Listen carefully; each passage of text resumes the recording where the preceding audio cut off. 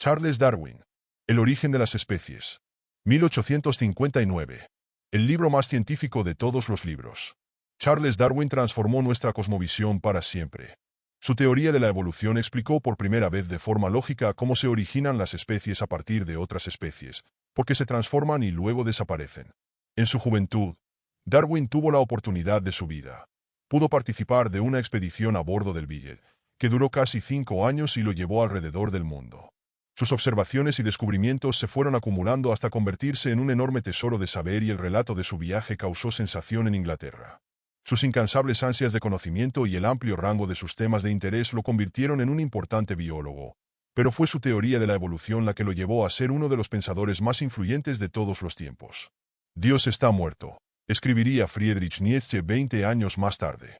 Por algo Darwin había dicho que mientras escribía tenía la sensación de estar cometiendo un asesinato. Ideas fundamentales. El origen de las especies, de Charles Darwin, es la obra más importante e influyente en la historia de las ciencias naturales. En ella, por primera vez se presentó una explicación convincente sobre el desarrollo de la multiplicidad de formas de vida.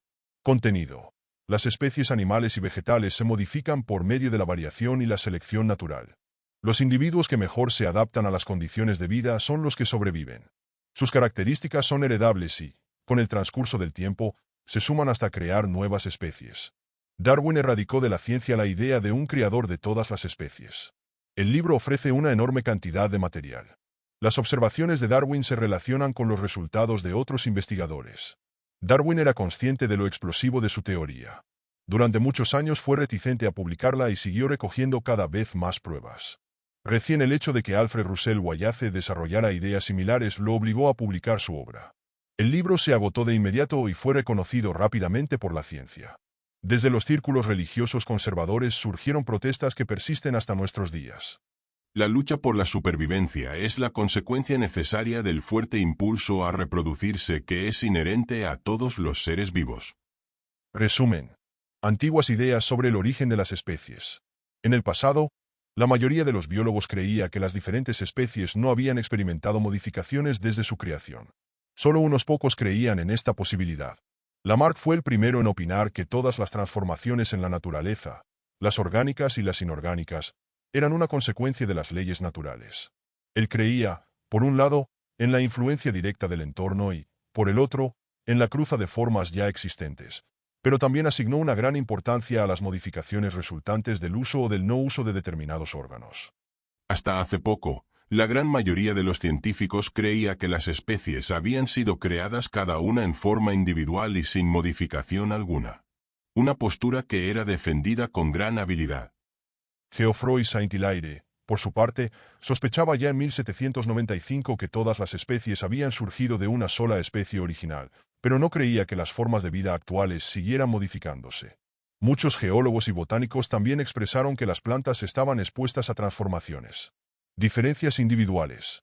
Todos los individuos de todas las especies, sin importar si se trata de animales o plantas, tienen características particulares. Los animales domésticos y las plantas cultivadas tienen un rango de variación mucho más amplio que el de las especies naturales. Esto parece estar relacionado, entre otras cosas, con el hecho de que en la naturaleza rigen condiciones de vida más homogéneas. En la naturaleza, muchas generaciones de seres vivos deben estar expuestas a nuevas condiciones de vida, hasta mostrar finalmente adaptaciones notorias. Una vez que comienza una adaptación de este tipo, por lo general perdura. También las plantas cultivadas y los animales domésticos, que el hombre empezó a modificar desde el inicio de los tiempos, siguen transformándose de forma constante. Entre los millones de individuos que crecieron en la misma región y se alimentaron de forma prácticamente idéntica, aparecen a veces diferencias tan pronunciadas en su estructura que merecen ser llamadas monstruosidades. Sin embargo, pero no es posible trazar una clara línea divisoria entre estas y las variaciones más ligeras. En el caso de las plantas y de los animales domésticos, sin embargo, no podemos saber con certeza si surgieron de una o varias especies salvajes. Por ejemplo, si observamos dos razas de perros tan diferentes como el gran danés o el pinche, parece improbable que se hayan originado a partir de la misma especie y sería interesante determinar si este es o no el caso. Si fuera así, sería un argumento a favor de la idea de que las especies estrechamente relacionadas, aunque muy disímiles, como los zorros, que existen en diferentes partes del mundo, provienen de un mismo origen.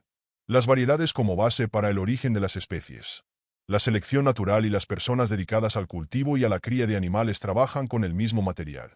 Las innumerables pequeñas diferencias que presentan los animales de una misma especie o las crías de los mismos progenitores. A partir de este material se lleva a cabo un proceso de selección. Muchos investigadores consideran que, por lo general, las diferencias se limitan a características más bien irrelevantes, como el tamaño del cuerpo, el color, la longitud de la cola, etc. Sin embargo, en realidad también se dan en partes del organismo que son esenciales desde el punto de vista fisiológico o clasificatorio. Un ejemplo de esto es la ramificación del nervio principal en el nudo nervioso de algunos insectos. En el caso de las cochinillas, se comprobó que los diseños del nervio principal son tan variados que su representación es similar a la ramificación de un árbol. En los músculos de las larvas de algunos insectos se encontró una variabilidad similar. Las leyes que rigen la herencia son, en su mayor parte, desconocidas. Entre una especie y una subespecie y una variedad y un individuo existe una transición fluida. No es posible determinar con exactitud una especie, del mismo modo que no es posible hacerlo con una subespecie o con una variedad. Esto se vuelve entonces caótico cuando un investigador considera que una forma es una variedad, pero otro la denomina especie. Watson, por ejemplo, contó más de 182 plantas británicas que por lo general son consideradas variedades, pero que algunos botánicos también definen como especies en sí mismas. Algunos científicos consideran que los animales no constituyen variedades y clasifican cada anomalía como una nueva especie. De este modo, algunos ornitólogos opinan que la perdiz colorada escocesa es una especie en sí misma, mientras que otros solo la ven como una variedad de la perdiz blanca de Noruega. Existen muchos desacuerdos de este tipo. La lucha por la supervivencia es la consecuencia necesaria del fuerte impulso a reproducirse que es inherente a todos los seres vivos. Las diferencias individuales pueden seguir desarrollándose hasta convertirse en variedades y estas, a su vez, en subespecies y especies. En este proceso, es posible que la especie original sea relegada. Pero también es posible que la nueva y la vieja especie evolucionen hasta coexistir como especies individuales. Tampoco es obligatorio que las variedades se conviertan en una especie. Pueden extinguirse o persistir como variedades. Según han mostrado las investigaciones, los individuos de las especies numerosas y ampliamente difundidas presentan más variaciones porque están expuestos a condiciones de vida y competencias muy diversas. Así, las especies que pertenecen a géneros más amplios presentan una mayor variabilidad que las especies de los géneros más pequeños. La lucha por la supervivencia. El hecho de que existan diferencias y variedades individuales no explica cómo se produjeron esas fantásticas adaptaciones que tanto admiramos de la naturaleza. ¿Cómo es que las variedades siguieron evolucionando a lo largo del tiempo hasta convertirse en especies totalmente nuevas? Es una consecuencia de la lucha por la supervivencia. No hay excepciones a la regla de que cada ser orgánico se reproduce de forma natural con tanta fuerza que, si no estuviera expuesto a la destrucción, la Tierra pronto estaría poblada con la descendencia de una sola pareja. Todos los seres vivos tienen más crías que las que pueden sobrevivir. Si la mayor parte de las crías no fueran eliminadas, los seres vivos se reproducirían en forma exponencial. En este sentido, no importa si el organismo produce cientos o miles de crías, como sucede con muchos peces, batracios e insectos, o si solo pone un huevo, como el petrel glacial. Después de 750 años de reproducción ilimitada, hasta del elefante, a pesar de su gran lentitud para reproducirse, habría alrededor de 19 millones de crías originadas a partir de una pareja. Es posible observar multiplicaciones descontroladas de este tipo, por ejemplo, cuando se transportan nuevas especies a una isla donde no tienen depredadores naturales y pueden reproducirse sin límites. En sentido metafórico es posible afirmar que la selección natural está dedicada a diario, en todo momento, a detectar las alteraciones más ínfimas y a descartarlas si son malas y a conservarlas y reproducirlas si son buenas. En la lucha por la supervivencia, toda adaptación ventajosa para un individuo contribuye a su conservación y la transmite a su descendencia. Herbert Spencer acuñó para ello la expresión supervivencia del más apto. El concepto de lucha por la supervivencia se aplica en un sentido amplio. No solo describe la competencia entre los seres vivos, por ejemplo, por la comida, sino también la solitaria lucha de un individuo contra las propias condiciones de vida, como el esfuerzo de una planta del desierto por conservar su humedad. El concepto describe todas las relaciones de los seres vivos entre sí o con su entorno que pueden verse afectadas positiva o negativamente por las adaptaciones. La selección natural. Las diferentes características individuales que tienen las crías de un ser vivo se presentan de múltiples maneras, tanto en la relación con el entorno como con otros seres vivos. Si una característica particular ayuda al organismo en cuestión, éste tendrá más oportunidades de ganar la batalla por la supervivencia. Entonces transmitirá esta característica a sus crías, que, a su vez, también tendrán crías que estarán más y mejor equipadas para afrontar sus condiciones de vida. Nuestro desconocimiento de las leyes de la transformación es enorme. Apenas podemos decir de 1 en 100 casos que conocemos el motivo por el cual se modifica tal o cual parte. Este principio, según el cual sobreviven los más fuertes o los mejor adaptados, se conoce como el principio de selección natural. Junto con la lucha por la supervivencia, la selección natural es el motor esencial para el origen de las especies y la evolución de los seres vivos, puesto que perfecciona paulatinamente a los seres vivos su supervivencia en condiciones de vida concretas. Sin embargo, las formas de vida menos evolucionadas también pueden perdurar en el tiempo, en la medida en que estén bien adaptadas a las condiciones de su entorno. Un origen común. A partir de este principio, es posible establecer el parentesco entre los diferentes seres vivos. Los animales y las plantas de todos los tiempos y lugares componen grupos y subgrupos. Si todas las especies hubieran sido creadas de manera independiente, no sería posible explicar esta organización, que es el resultado de la larga historia de extinción y diversificación de las especies. Quienes creen en actos creacionales excepcionales debe sorprenderse al encontrar animales en los que la estructura corporal y los hábitos de vida no son idénticos. Para ilustrar esta relación entre origen y parentesco, muchas veces se utiliza la imagen del árbol genealógico. Las ramas más delgadas representan las especies que existen en la actualidad. La mayoría de las numerosas ramas que florecieron cuando el árbol todavía era pequeño ya no existe. Apenas 2 o 3 de estas ramas sobreviven, las más fuertes, que sostienen a las ramas actuales. Aquí y allá aparece un nuevo retoño, surgido desde las profundidades del tronco, que, favorecido por el azar, perdura hasta nuestros días. Las objeciones contra la teoría. Existen algunas objeciones válidas contra la teoría del origen de las especies. Una de ellas cuestiona la ausencia de las formas transicionales si las especies surgieron a partir de transformaciones mínimas. Porque la naturaleza muestra especies claramente definidas y no un caos de formas. En primer lugar, es necesario decir que los hallazgos geológicos con los que contamos en la actualidad son mucho más escasos que lo que se cree. La razón para ello se encuentra en la naturaleza misma del proceso. Cuando se impone una adaptación ventajosa, en poco tiempo la nueva especie elimina a la especie de la que surgió, de modo que ya no quedarán rastros de ella. En aquellas áreas en las que ambas especies se superponen, en la zona de transición encontramos más bien 2 especies coexistiendo y no una forma híbrida. Cada vez que observaba 2 formas cualesquiera me imaginaba, sin quererlo, los eslabones directos, pero ese era un error. Hay que buscar las formas que se encuentran entre las especies y sus antecesores comunes aún desconocidos, y, por lo general, éstas serán muy diferentes de su descendencia. Además, las formas híbridas, cuando su número es reducido, se extinguen con mucha mayor rapidez que su descendencia más estable. Si observamos 2 formas muy diferentes, como un caballo y un tapir, no tenemos motivos para creer que en algún momento existió un nexo entre ellas, pero debe haber existido un eslabón, una forma original conjunta, aunque desconocida, de la que surgieron. Esta forma debe haber tenido una gran similitud con el caballo, pero también con el tapir, y también debe haber tenido muchas particularidades por las que difería de ellos.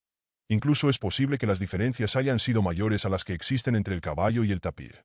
De esta forma original solo podríamos decir algo más si contáramos con una cadena sin eslabones faltantes.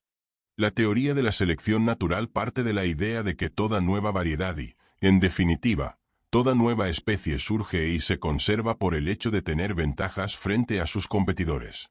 De esto resulta, casi inevitablemente, la desaparición de formas menos favorecidas.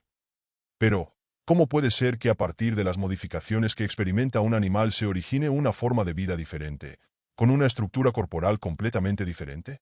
¿Cómo es posible, por ejemplo, que un mamífero terrestre se origine a partir de un mamífero acuático? La respuesta es que, en primer lugar, existen muchas más formas transicionales que las que uno podría imaginar a simple vista. En principio, el bisón americano es una de estas formas transicionales. Durante el verano caza peces y en invierno caza en tierra y se alimentan de ratones y de otros animales pequeños. Además, en muchas especies, el comportamiento es más flexible de lo que se cree. Por ejemplo, existen crustáceos y moluscos que viven en la tierra y no en el agua. pájaros carpinteros que se adaptaron a las llanuras sin árboles de las pampas, patos de montaña que no usan sus patas con membranas natatorias para nadar y numerosos pájaros que no usan sus alas para volar. Por último, es necesario tener en cuenta la dinámica del origen de las especies.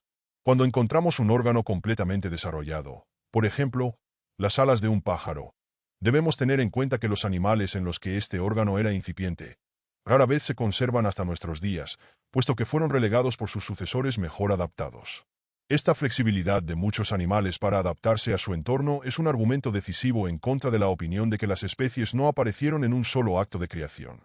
Acerca del texto, estructura y estilo. El origen de las especies sorprende por la combinación de una idea genial, con una argumentación inteligente y una desbordante cantidad de material. A pesar de que Darwin subraya en varias oportunidades que el libro solo es un extracto de una obra más completa, su volumen es impresionante. En la primera parte se explica la teoría con gran detalle. El resto del libro ofrece principalmente más pruebas y argumentos. Darwin mismo lo definió como un argumento largo. De forma convincente transmite la impresión de que no se trata de eliminar por completo la cosmovisión tradicional, sino que solo le interesa el conocimiento. Con destreza, en el prólogo menciona a 24 biólogos que se expresaron antes que él sobre la evolución y la transformación de las especies. En algunos capítulos aborda los puntos débiles de su teoría, y lo hace mencionando tanto los argumentos de sus detractores como los aspectos que no es posible demostrar debido a la falta de pruebas. En varias oportunidades expresa sus dudas sobre algunos procesos, en otras, la convicción de que la cuestión se resolverá en un futuro cercano. Enfoques interpretativos. El origen de las especies, con su novedosa explicación sobre el surgimiento de las diversas formas de vida, representa un cambio de paradigma. El hecho de que para Darwin el hombre ya no se encuentre en la cima de la creación, sino que sea una más entre otras especies, tiene implicaciones filosóficas de amplio alcance. Entre otras cosas, constituye el fundamento moral y espiritual para la protección de los animales. La teoría de la lucha por la supervivencia arrojó una luz completamente diferente sobre la vida humana. Hoy en día, la biología conductista parte de la base de que los comportamientos altruistas también tuvieron que imponerse en pos de la evolución. Sin embargo, también es posible considerarlos egoístas, ya que favorecen la transferencia de la herencia individual. A pesar de que la teoría de Darwin sentó las bases para el darwinismo social, que postula la evolución de la humanidad a través de un proceso de selección natural, estas bases no están en su obra. Es casi imposible que Darwin hubiera apoyado las medidas eugénicas, tal como se propagaron y pusieron en práctica, por ejemplo, durante el Tercer Reich.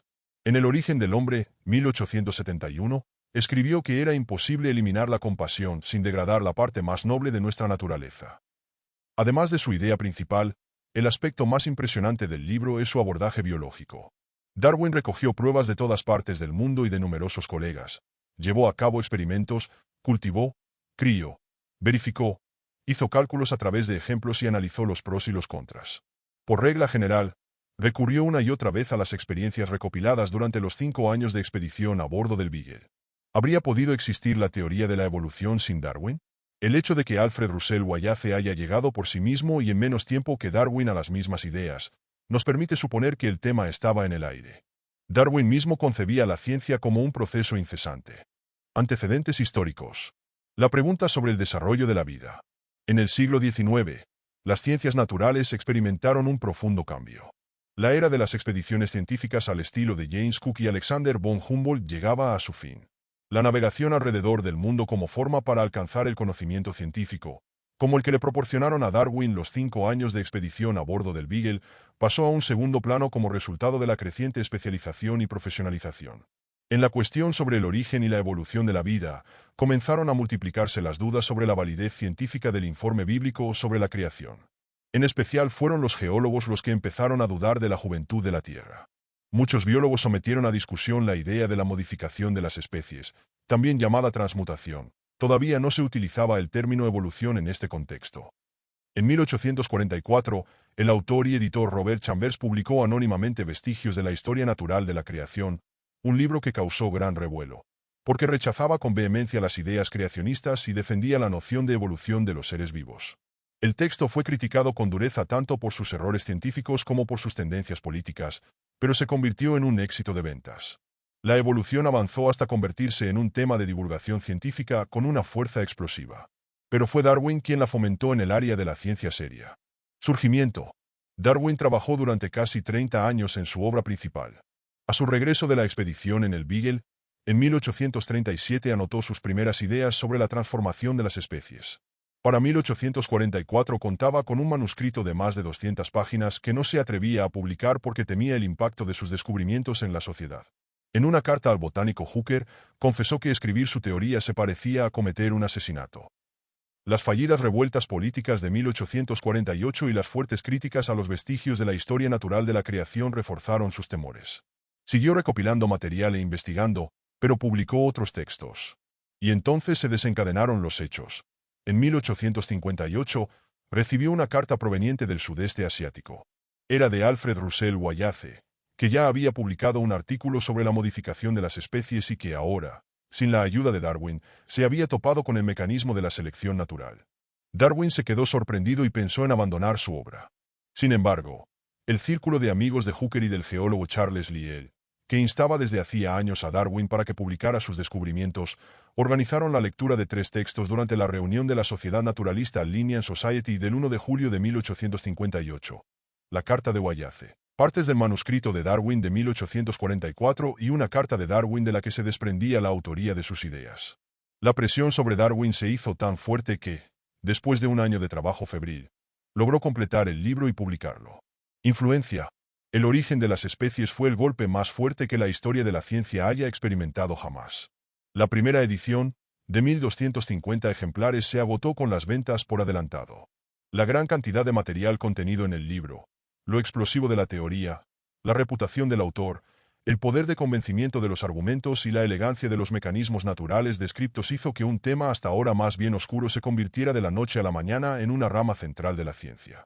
La mayoría de los biólogos reconocieron de inmediato que se encontraban frente a una explicación lógica para las grandes preguntas de la vida.